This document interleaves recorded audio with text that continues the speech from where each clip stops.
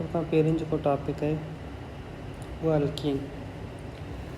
Alkyne जेको आहे उन वटि 2 हाइड्रोजन हूंदा आहिनि लेस थियन अल्केन। जेको अल्केन आहे उनजो फार्मूलो आहे CnH2n+2। हाणे जेको अल्केन आहे उनजो फार्मूलो आहे CnH2n+2 ऐं अल्कीन जो फार्मूलो आहे CnH2n। तंहिंजे करे असां चवंदा जेको अल्कीन आहे उन में 2 हाइड्रोजन लेस थियन आहिनि correspond to saturated hydrocarbon. Saturated hydrocarbon जो मतिलबु आहे अल्केन। ठीक है, हिकिड़ा हूंदा आहिनि सैचुरेटेड, ॿिया हूंदा आहिनि अनसैचुरेटेड। सैचुरेटेड आहे उहो अल्केन आहे जंहिंजे अंदरि असां वटि सिंगल बॉन्ड है। ठीक है, अनसैचुरेटेड आहे उहो अल्कीन आहे जंहिंजे अंदरि असां वटि डबल बॉन्ड आहे ऐं ॿियो अल्काइन आहे जंहिंजे अंदरि असां वटि ट्रिपल बॉन्ड अथई। जेको सैचुरेटेड असां वटि हूंदा आहिनि उनजे अंदरि असांजी जेको हाइब्रिडेशन हूंदी आहे sp3 हूंदी आहे। जेको अनसैचुरेटेड आहे उनमें हाइब्रिडेशन sp2 हूंदी आहे। अल्कीन एंड अल्काइन इन्हनि ॿिन्हिनि जी हाइब्रिडेशन sp2 आहे। ठीक है, देन आफ्टर आहे त they are also known as olefins. इनखे ॿिया ओलिफिन्स बि चवंदा अल्केन जो। Derive from Latin word olefiant means oil forming. Alkene जेके आहिनि उनखे असां अल्कीन्स खे ॿियो ओलिफिन्स बि चवंदा। Also called olefins. ओलिफिन्स जो मतिलबु आहे ऑयल फॉर्मिंग।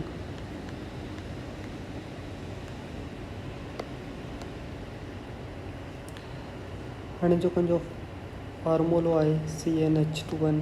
फॉर एग्ज़ाम्पल असां वटि कार्बन हिकु आहे, हाइड्रोजन 2 आहिनि। ठीकु आहे, इहो असां वटि आहे जेको एग्ज़िस्ट ई नथो करे C1 अल्कीन जे अंदरि। जेकॾहिं असां वटि ईथीन ठाहिणो हुजे छा ईंदो, असां वटि C2 थियंदो H2 ऐं घणा कार्बन आहिनि 2, त हिते घणो थियो C2H2 4। ठीकु आहे, इहो अल्कीन जो फार्मूलो आहे। जेकर असां प्रोपीन चऊं त C3 आहे H2 3। कार्बन नंबर आहिनि हू N जी जॻह N जेको हिते आहे N shows here number of carbon केतिरा आहिनि, त छा थींदो प्रोपीन जो फार्मूलो CnH6। ठीकु आहे, तंहिंखां पोइ आहे त अल्कीन आहे 1 double bond are known as monoenes. General formula CnH2n। इहो अल्कीन जो फार्मूला। Alkene are मोनोइन्स।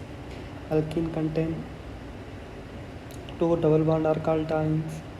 हाणे कुझु अल्कीन्स हूंदा आहिनि जंहिंजे अंदरि 2 डबल बॉन्ड्स आहिनि, कुझु अल्कीन हूंदा आहिनि जंहिंजे अंदरि 1 डबल बॉन्ड आहे।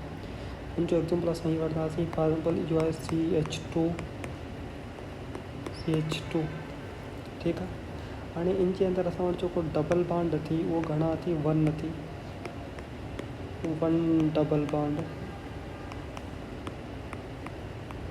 हाणे असां वटि हिते कोई हुजे for example CH2 double bond CH2 double bond CH2। हाणे हिते असां शो पिया करूं त हिते डबल बॉन्ड घणा थी आहे त इहो अल्कीन।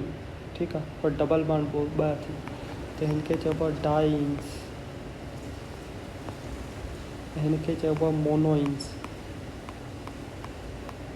जंहिंजे अंदरि 1 डबल बॉन्ड हुजे उनखे मोनोइन्स चइबो आहे, जंहिंजे अंदरि 2 डबल बॉन्ड हुजे उनखे डाइन्स चइबो आहे। ठीकु आहे, देन आफ्टर आहे हिनजी प्रिपरेशन। जनरल प्रिपरेशन अल्कीन जी छा आहे? जनरल प्रिपरेशन में सभ खां पहिरीं मेन शइ हूंदी आहे उनजो जेको नेमिंग आहे डिहाइड्रोजिनेशन इन्हनि खे पाण स्प्लिट कंदासीं त इन मां असांखे ख़बर पइजी वेंदी त इहो रिएक्शन छा थो चवणु चाहे।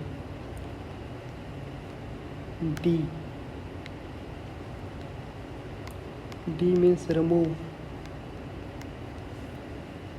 Hydro means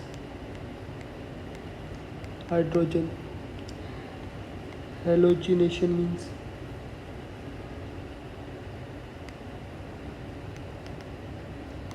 halogen. ठीकु आहे, त हिन जे अंदरि असां छा करूं था, इहो अल्काइल हेलाइड चई छॾी। Alkyl halide on heating with alcoholic potassium, ये असां वटि अल्कोहलिक पोटेशियम है। हाइड्रोक्साइड अंडरगो डिहाइड्रो हेलोजिनेशन, मतिलबु त अल्काइल हेलाइड जो असां हिकिड़ो हेलोजन ऐं हिकिड़ो हितां खां हाइड्रोजन इहो रिमूव पिया करूं असीं, त असां वटि छा थो ठहे,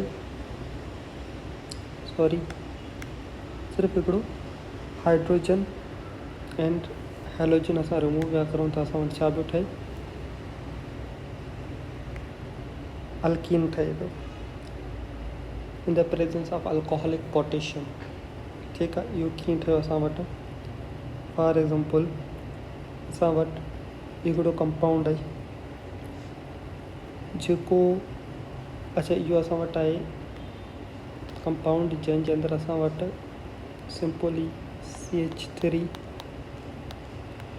CH2Br ब्रोमीन। त असां हिन जी हाणे हिन कंपाउंड जी असां कराईंदासीं डिहाइड्रो हेलोजिनेशन। हेलोजिनेशन हिन जी कीअं कराईंदासीं असीं, डिहाइड्रो हेलोजिनेशन असां हीअं कराईंदासीं। हाणे जेको हिते CH3 आहे हिननि खे असां हीअं लिखी सघूं था, CH2 ऐं कार्बन हेठि ॾेई छॾियो हिकिड़ो, ऐं इहो CH2 आहे जो ब्रोमीन लॻल आहे। त असांखे चए थो डिहाइड्रो हेलोजिनेशन, मतिलबु त हिकिड़ो हाइड्रोजन रिमूव करो था, हिकिड़ो ब्रोमीन रिमूव करो। हिकिड़ो असां हाइड्रोजन हितां, हिकिड़ो ब्रोमीन हितां, जॾहिं असां रिमूव कंदासीं त हीअ जेको लाइन आहे इहो हितां खां मुड़ी करे हिते थी वेंदी, हिते डबल बॉन्ड प्रोड्यूस थी वेंदो। ठीकु आहे, त हाणे हिते छा थी वियो, इहो compound CH2 double bond CH2 ठही वियो, त छा थियो असां वटि, इहो त अल्काइल हेलाइड आहे न। ठीकु आहे, इहो इथाइल ब्रोमाइड हो। इथाइल ब्रोमाइड मां जॾहिं असां डिहाइड्रो हेलोजिनेशन कराई हिन अल्काइल हेलाइड मां, त असां वटि छा ठहियो, अल्कीन वञी ठहियो। ठीकु आहे, अल्कीन ठहियो। फॉर एग्ज़ाम्पल हाणे जेको इथाइल ब्रोमाइड आहे असां वटि प्रोपाइल ब्रोमाइड आहे, प्रोपाइल ब्रोमाइड CH3 CH2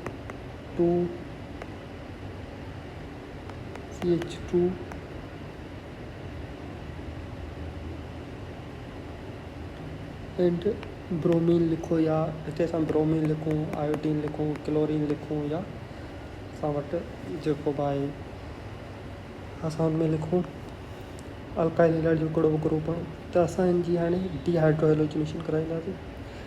छा कंदासीं, हिकिड़ो हाइड्रोजन हितां रिमूव करे कंदासीं, त हिते छा इहो असां वटि HBr आयो, HBr आहे त हिते डबल बॉन्ड थी अची वेंदो, डबल बॉन्ड आयो त हिते छा प्रोड्यूस थींदो, CH3 असांखे जेको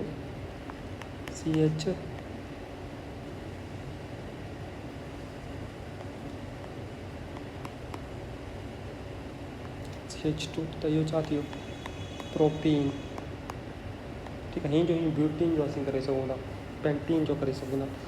त हिन मां असांखे छा करो भई, जॾहिं बि असां अल्काइल हेलाइड आहे, अल्काइल हेलाइड आहे उनजी डिहाइड्रो हेलोजिनेशन कराईंदासीं इन the presence of alcoholic potassium hydroxide, त असां वटि छा थींदो, अल्कीन ठहंदो। ठीकु आहे, अच्छा ॿियो चए थो hydrogen atom from adjacent carbon atom. जीअं असां फॉर एग्ज़ाम्पल हाइड्रोजन खे रिमूव कयूं त इहो छा थींदो, एडजेसेंट आहे। ठीकु आहे, जीअं प्रोपीन जे अंदरि असां हाइड्रोजन रिमूव कयो त छा थी, एडजेसेंट मां कयो, हिन मां असां रिमूव नथा करे सघूं। ठीकु आहे, एडजेसेंट मां असां रिमूव कंदासीं त असां वटि थियो प्रोपीन थियो, इहो छा थियो असांजो डिहाइड्रो हेलोजिनेशन। हाणे हिन में असांखे यादि करण जी कहिड़ी शइ थी, मेन शइ जेको हिन में असां वटि कैटलिस्ट यूज़ थिए पियो उहो आहे अल्कोहलिक पोटेशियम हाइड्रोक्साइड। उनजी प्रेजेंस में असां छा कंदासीं, असां वटि अल्कीन ठहंदो। मतिलबु त अल्काइल हेलाइड आहे उनजी जॾहिं असां डीहाइड्रो हेलोजिनेशन कंदासीं त असां वटि अल्कीन प्रोड्यूस थींदो ऐं कैटलिस्ट प्रोड्यूस थींदो पोटेशियम हाइड्रोक्साइड। ठीकु आहे। त असां हिन जो हिकिड़ो MCQs बि करे सघूं था। MCQs जो असां करे सघूं था त फॉर एग्ज़ाम्पल असां if we do dehydrohalogenation of butyl bromide in the presence of alcoholic potassium hydroxide, what will we obtain? The option में असां ॾींदासीं ethene, pentene, butene,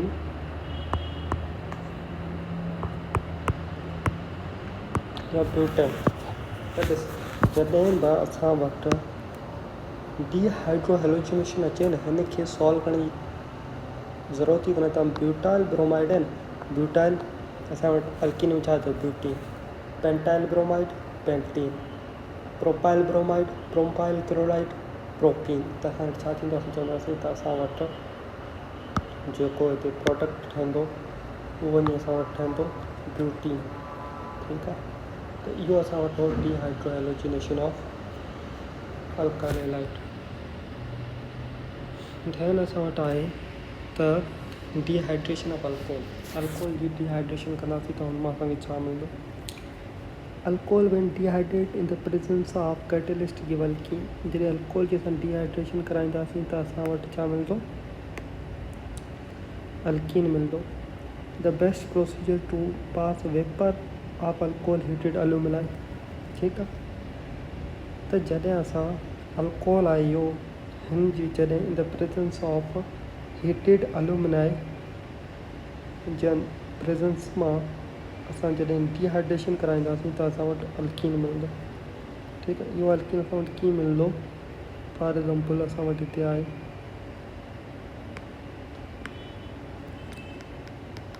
CH3 CH2 CH2OX। ठीकु आहे।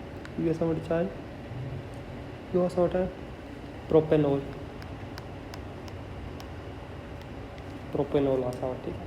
अल्कोहल आहे नी, प्रोपेनॉल आहे। हाणे डिहाइड्रेशन जो मतिलबु छा आहे,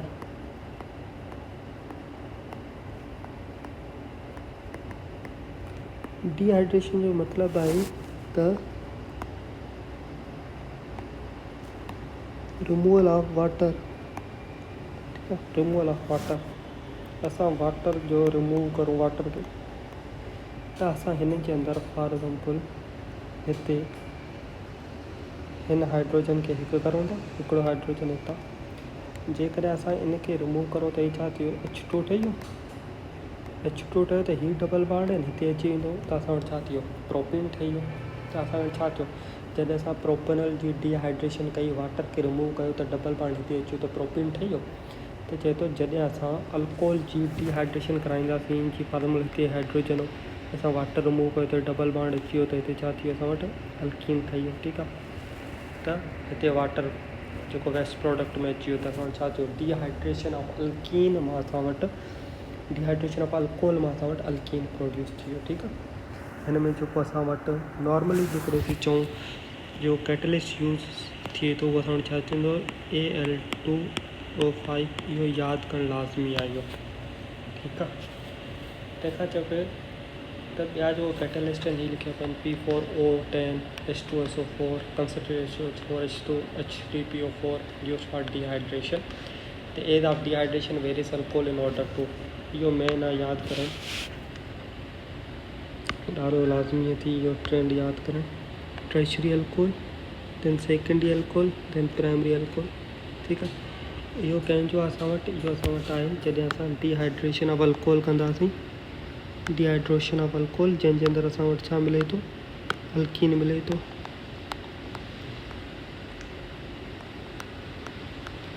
dehydration of alcohol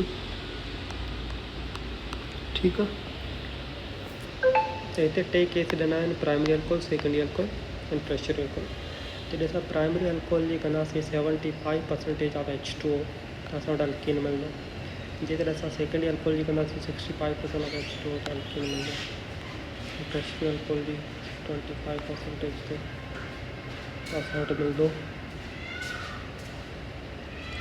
tertiary alcohol त इहे एमसीक्यूज़ कीअं अची सघनि था एमसीक्यूज़ जो इन तरीक़े अची सघनि था फॉर एग्जाम्पल हिते असांखे ॾिनो वञे इहो यादि करणु लाज़मी आहिनि इहो लाज़मी आहिनि यादि करणु ठीकु आहे 75% H2O 60% H2O and 20% of H2O त जॾहिं असां वटि प्राइमरी अल्कोहल अचे थो तो हिते असां 75% ऑफ H2SO4 रखूं था जंहिंमां असां वटि छा मिले थो अल्कीन मिले थो ठीकु आहे जंहिंमां असां वटि अल्कीन मिले थो ठीकु आहे जॾहिं असां वटि सेकेंडरी अल्कोहल हुजे थो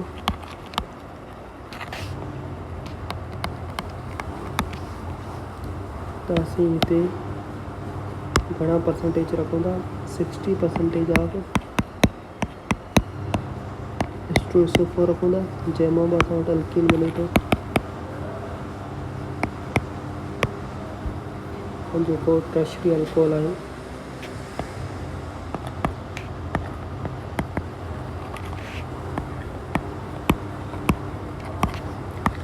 जॾहिं असां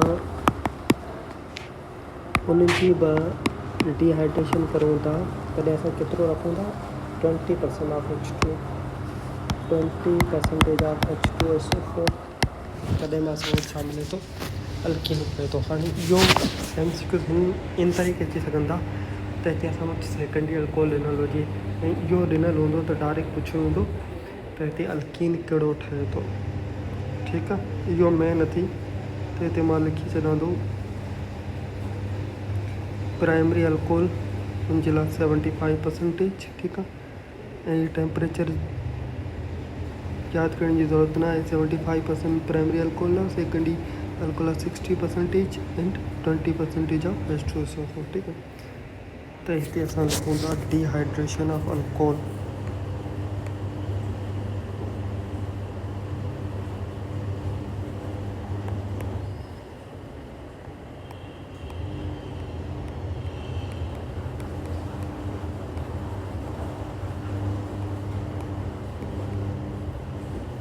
अल्कोहल उनजे अंदरि कहिड़ा कैटलिस्ट असां वटि आहिनि सभ खां पहिरीं आहे Al2O5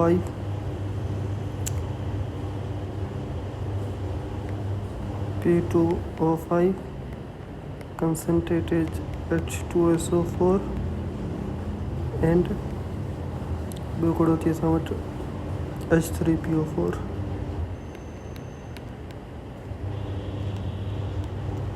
ये कैटलिस्ट असांजा कंहिंमें यूज़ थियनि था डिहाइड्रेशन ऑफ अल्कोहल जे अंदरि कंहिंजे अंदरि डिहाइड्रेशन ऑफ अल्कोहल जे अंदरि असां वटि इहे यूज़ थियनि था जेको लाज़मी यादि करण जहिड़ा आहिनि जेके डिहाइड्रेशन ऑफ अल्कोहल जे अंदरि असां वटि जेको कैटलिस्ट यूज़ थियनि था मेन कैटलिस्ट L2O5 आहे एंड जेको ॿियो आहे कंसनट्रेटेड H2SO4 जेको असांजे प्राइमरी जे अंदरि असांजो जेको यूज़ थिए थो उहो थिए थो 75% एंड जेको असां वटि सेकेंडरी लाइ थिए थो उहो असां वटि 60% आहे ऐं जेको असां वटि टर्शरी लाइ यूज़ थिए थो उहो असां वटि 20% आहे ठीकु आहे।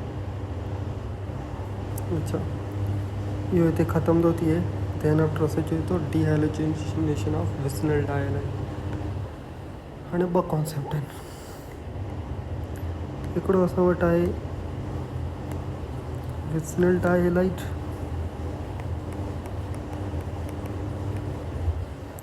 विसनल, ॿियो असां वटि आहे जिमिनल।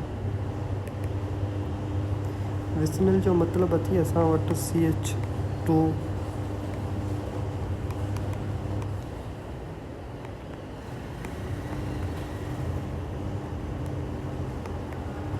इहे ॿई एडजेसेंट कार्बन ते लॻल हुजनि हेठि, ठीकु आहे। ऐं हिन जो मतिलबु अचे CH2Cl CH2Cl, ठीकु आहे। त हिते तव्हां डिटरमाइन करे सघो था त हीअ छा थी क्लोरीन, इहो ॿई सेम साइड ते लॻल आहिनि, ठीकु आहे। हिते छा आहे अपोज़िट साइड ते लॻल आहिनि, त इहो छा थींदो जिमिनल थी वेंदो ऐं इहो असांजो विसनल थी वेंदो, ठीकु आहे। त हिन रिएक्शन में चवे थो जॾहिं असां वटि vicinal dihalide have two halogen on the adjacent carbon atom, dehalogenation ओकर। डीहेलोजिनेशन ॾिसो, डीहेलोजिनेशन जो मतिलबु आहे असां हेलोजन खे रिमूव कंदासीं। पहिरीं पाण कहिड़ो पढ़ियो डीहाइड्रोहेलोजिनेशन, इहो आहे डीहेलोजिनेशन। डीहेलोजिनेशन ऑफ विसनल डायलाइड माने एडजेसेंट जो कार्बन जेको हेलोजन लॻल आहे न, इन्हनि खे असां रिमूव कंदासीं, इन्हनि जो रिमूवल आहे, ठीकु आहे। ओकर when dihalide treated with zinc dust, in anhydrous solvent like methanol or acetic acid, इहो यादि करणु लाज़मी आहिनि, ठीकु आहे। zinc dust, anhydrous solvent like methanol and acetic acid, ठीकु आहे। हाणे हिन जे अंदरि असां वटि जॾहिं असां वटि को बि विसनल डायलाइड आहे उहो ज़िंक सां मिली करे इन द प्रेजेंस ऑफ मिथेनॉल असां वटि अल्कीन ठहंदो। हिन जो एग्ज़ाम्पल असां वठूं था, फॉर एग्ज़ाम्पल CH3 आहे, CH2 आहे, CH2 आहे, ठीकु आहे। बस हेतिरो ई लिखूं था। हिते ब्रोमीन आहे, हिते ब्रोमीन आहे, ठीकु आहे। इन द प्रेजेंस ऑफ छा चयो, इन the presence of zinc dust, ठीकु आहे। And anhydrous solvent like methanol, इहो त असां वटि मिथेनॉल अची वियो। त असां वटि छा मिलंदो, हिते छा कंदासीं असां विसनल डायलाइड जा ॿ ब्रोमीन विथ ज़िंक असां रिमूव कंदासीं त छा बचियो, ठीकु आहे। हीअ ॿई डबल बॉन्ड हटी वेंदा, हीअ डबल बॉन्ड हिते अची वेंदो, हीअ डबल बॉन्ड हिते अची त छा थी वेंदो, असां वटि अल्कीन ठही वेंदो CH3 CH2 double bond CH2, alkyne ठही वियो, ठही वियो अल्कीन, ठीकु आहे।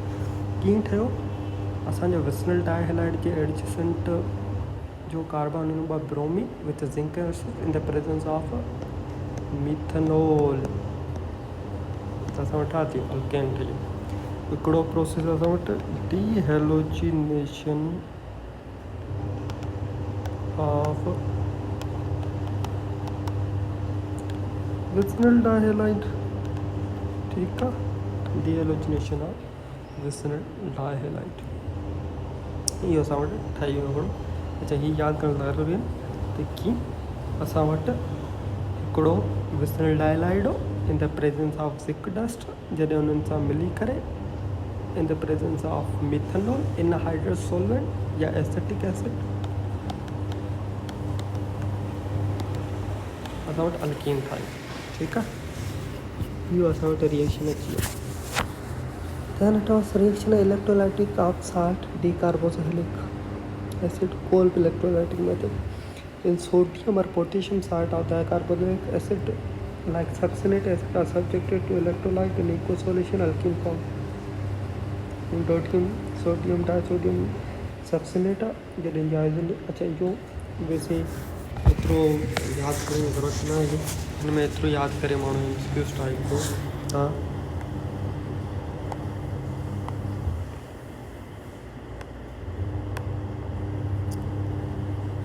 Kolb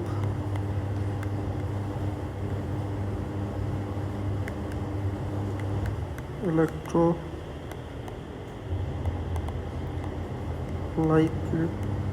method. In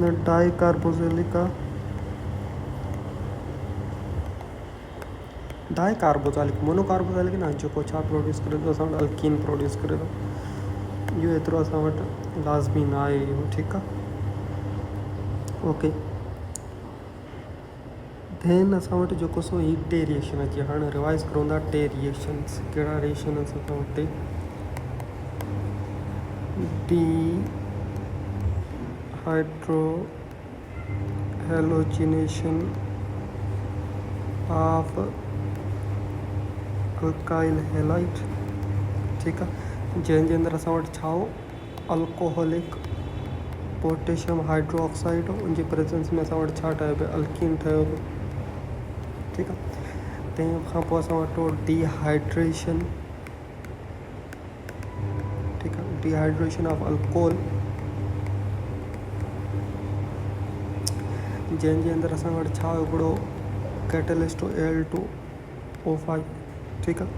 ॿियो असां वटि हो P2O4, टियों असां वटि हो कंसनट्रेटेड H2SO4, चोथों असां वटि हो H3PO4, ठीकु आहे, इहो असां वटि हो। तंहिंखां पोइ असां वटि मेन कॉन्सेप्ट हो कंसनट्रेटेड H2SO4 जो, जंहिंमें छा पियो चओ, जॾहिं असां वटि प्राइमरी असां वटि अल्कोहल हो, उन ते असां 75% H2SO4 रखियो पिए त असां वटि अल्कीन ठहियो पिए।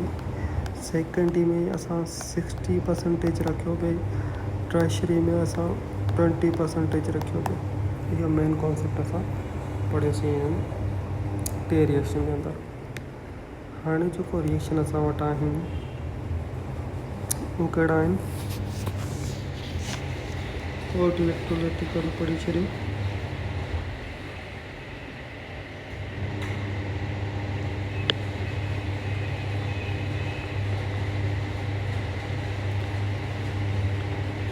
जनरल मेथड डिहाइड्रोजनेशन, रेशियल कोण,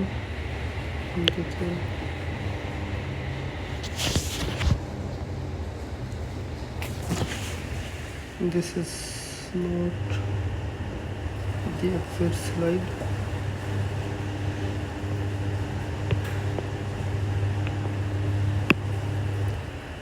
हाणे हिन में मेन शयूं हूंदियूं आहिनि असां वटि कैटलिस्ट यादि करणु, घुमाई फिराई इहो बि सुवाल अची सघनि था त असां वटि कहिड़ो जेको सो चेंज करी, जीअं अल्कीन आहे, इथाइल आहे, ब्रोमाइड आहे, ब्यूटीन आहे, डिहाइड्रोजन हेलोजिनेशन में उनमें चेंज करे सघंदा। पोइ चवंदा कहिड़ो प्रोडक्ट असां वटि ठहियो आहे, ठीकु आहे। देन आफ्टर असां वटि इहो थी वियो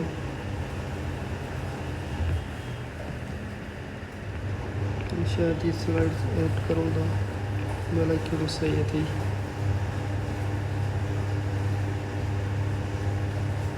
एडिशन रिएक्शन डायरेक्ट अच्छी है, पार्शियल हाइड्रोजनेशन, अच्छा पार्शियल हाइड्रोजनेशन से में पार्शियल हाइड्रोजनेशन और वाइज वाटर सब का पेरी पार्शियल हाइड्रोजनेशन चाहिए,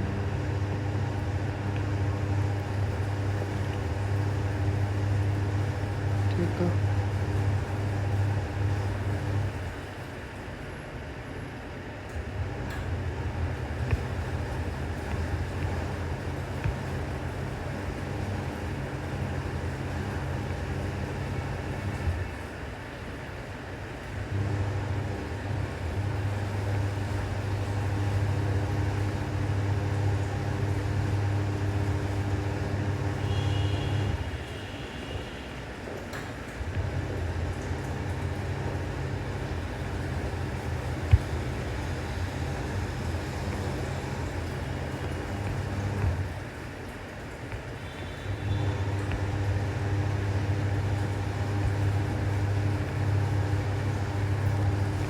ओके, हाणे पार्शियल हाइड्रोजनेशन ऑफ अल्काइल, हिन में इहो आहे कंट्रोल्ड हाइड्रोजनेशन।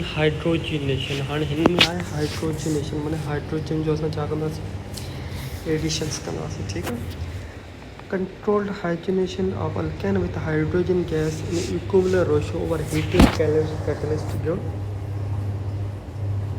alkene and जो catalyst finally divide करूँ था असल palladium BeOSO4 इहो भी हिकिड़ो MCQ असां वटि अची चुको हो GT जे अंदरि त कहिड़ो असां पार्शियल हाइड्रोजनेशन ऑफ अल्काइन्स जे अंदरि असां सपोर्टेड कैटलिस्ट असां यूज़ करूं था ठीकु है हिन ॿ कॉन्सेप्ट आहिनि इहो जेको लाइन असां वटि लिखी पई आहे this is exact line of MCQs okay and the catalyst shown here are the exact line of MCQs okay and इहो कीअं थो थिए हिते ट्रिपल बॉन्ड आहे ट्रिपल बॉन्ड जो मतिलबु आहे अल्काइन आहे अल्काइन जी हाइड्रोजनेशन्स करूं था हाइड्रोजनेशन्स मीन्स असां हिन में हाइड्रोजन जी एड करूं था हिते त अल्काइल ग्रुप आहे इहो बि अल्काइल ग्रुप आहे त असां हीअ जेको हाइड्रोजन पिया आहिनि अच्छा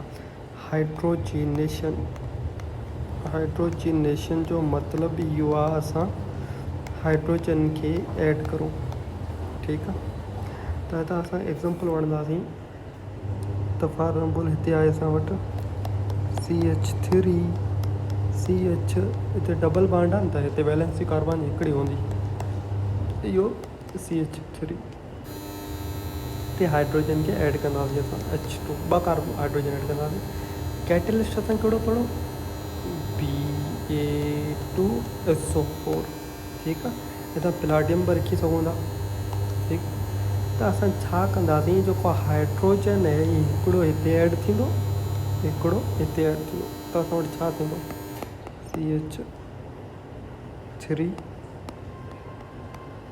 जॾहिं हिकिड़ो हिते हाइड्रोजन ऐड थियो छा थींदो CH2 थींदो CH2 थींदो कार्बन जी वैलेंसी वधी वेंदी त इहो हिकिड़ो बॉन्ड टुटी वेंदो हिते डबल बॉन्ड ठहींदो हिकिड़ो हाइड्रोजन हिते ऐड थींदो त CH2 थींदो ऐं CH3 त असां वटि छा थींदो ब्यूटेन ठही वियो ब्यूटीन त छा थींदो पार्शियल हाइड्रोजनेशन ऑफ अल्काइन मां जॾहिं हाइड्रोजन ऐड कयूं त presence of BeSO4 and palladium catalyst त असां वटि छा थियो हिकिड़ो ब्यूटेन ठही वियो ब्यूटीन ठीकु आहे असां वटि छा थियो ब्यूटीन ठही वियो अच्छा quinoline is a Lindlar catalyst with quinoline Lindlar catalyst हाणे असां हिते पढ़ंदा लिंटार्ड catalyst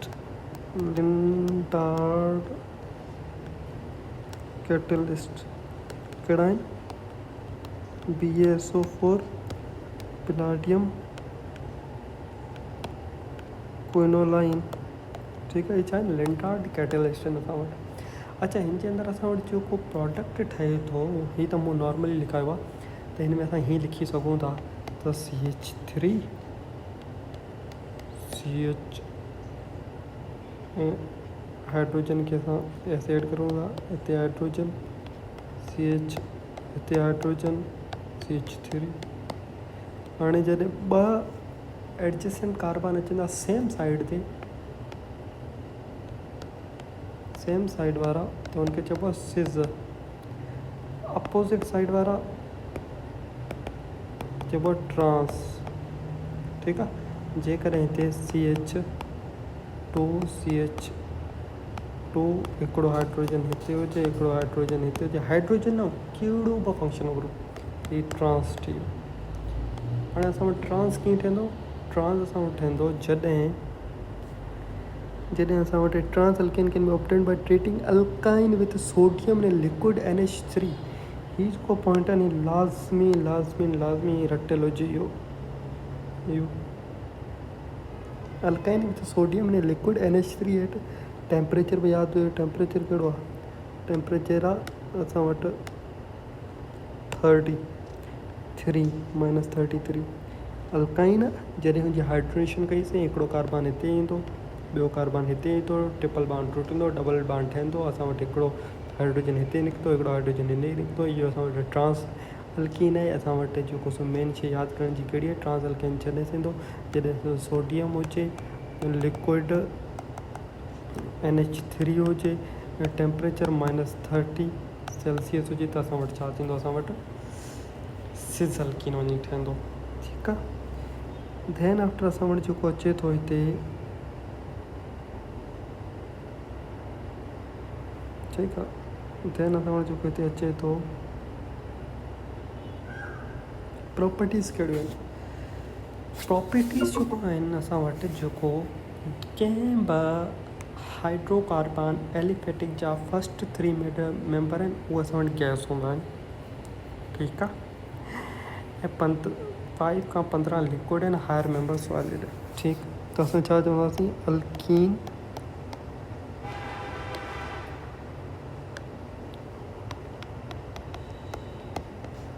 first 3 member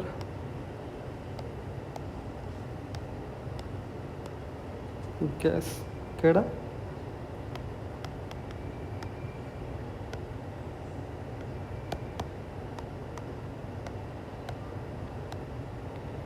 ethene, propene,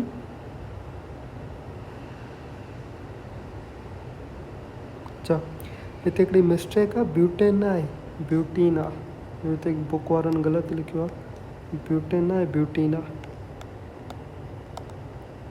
इहो छा आहिनि, असां वटि गैस आहिनि। ऐं C5 to C15 छा आहिनि असां वटि,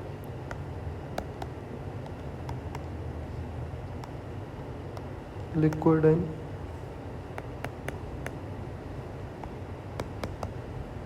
ठीकु आहे। ऐं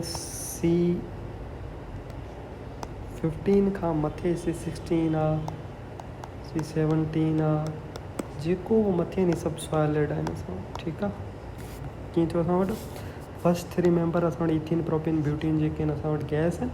C5 खां C15 ताईं लिक्विड आहिनि, ऐं C15 खां मथे जेके आहिनि असां वटि सॉलिड आहिनि, ठीकु आहे। अच्छा, अल्कीन जेके आहिनि अनसोल्यूबल इन वाटर आहिनि बट सोल्यूबल इन अल्कोहल, ठीकु आहे। वाटर जे अंदरि अल्कीन अनसोल्यूबल आहिनि पर अल्कोहल जे अंदरि इहे सोल्यूबल आहिनि, ठीकु आहे। They have a characteristic like smell and burn with luminous flame. इहो मेन पॉइंट आहे जेको हाईलाइट कयां थो। इहे पॉइंट जेको मेन आहिनि ऐं सभु MCQ टाइप आहिनि, ठीकु आहे। हिते जो मेन पॉइंट आहिनि ये MCQ टाइप आहिनि। Smell burn with luminous flame कंहिंजी आहे, अल्कीन जी इहो प्रॉपर्टी आहे, ठीकु आहे। Unlike alkanes they show weakly polar properties because of, मां ॿुधाया अनसेचुरेटेड आहिनि त इहो sp2 हाइब्रिडेशन कंदा, ठीकु आहे। फिजिकल प्रॉपर्टीज़ में छा पढ़ियो, 3 मेंबर जेको आहिनि एथीन, प्रोपीन एंड ब्यूटीन जेको आहिनि असां गैस आहिनि। C5 खां C15 ताईं असां वटि लिक्विड आहिनि, एंड मोर एवर जेके आहिनि असां वटि सॉलिड आहिनि ऐं अनसोल्यूबल वाटर जे अंदरि आहिनि, सोल्यूबल इन अल्कोहल आहिनि। ऐं कैरेक्टरिस्टिक स्मेल आहे, बर्निंग जी स्मेल अचे थी, ल्यूमिनस फ्लेम। अल्केन जे इहे पोलर न आहिनि, वीकली पोलर आहिनि, sp2 हाइब्रिडाइजेशन आहिनि। तंहिंजे अंदरि अल्केन में असांखे ख़बर थी पाए बॉन्ड आहे, सिग्मा बॉन्ड कंहिं में अचे थो, सिग्मा बॉन्ड असां वटि अल्केन में अचे थो। पाए बॉन्ड असां वटि अल्कीन में अचे थो। अल्कीन इन अल्काइन ॿिन्हिनि में पाए बॉन्ड आहे। सिग्मा बॉन्ड जेको असां वटि आहे उहो असां वटि अल्केन जे अंदरि आहे। इन द फॉर्मेशन ऑफ पाए bond the partially field p orbital overlap in parallel fashion.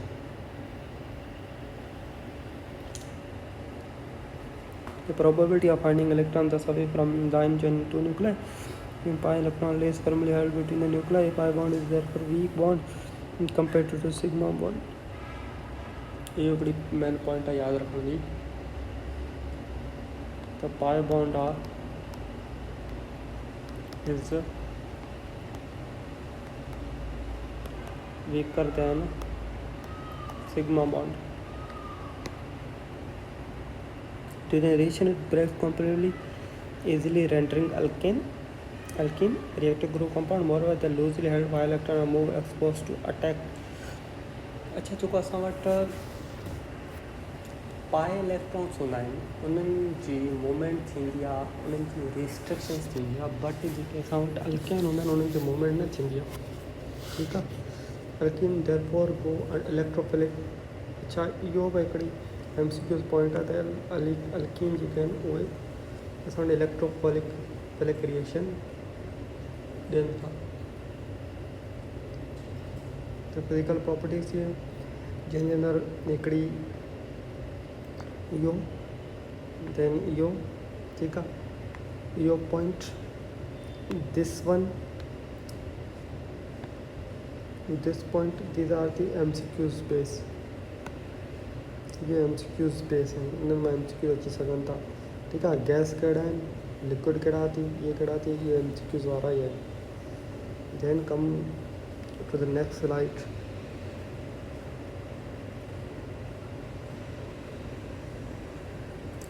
properties असां पढ़ी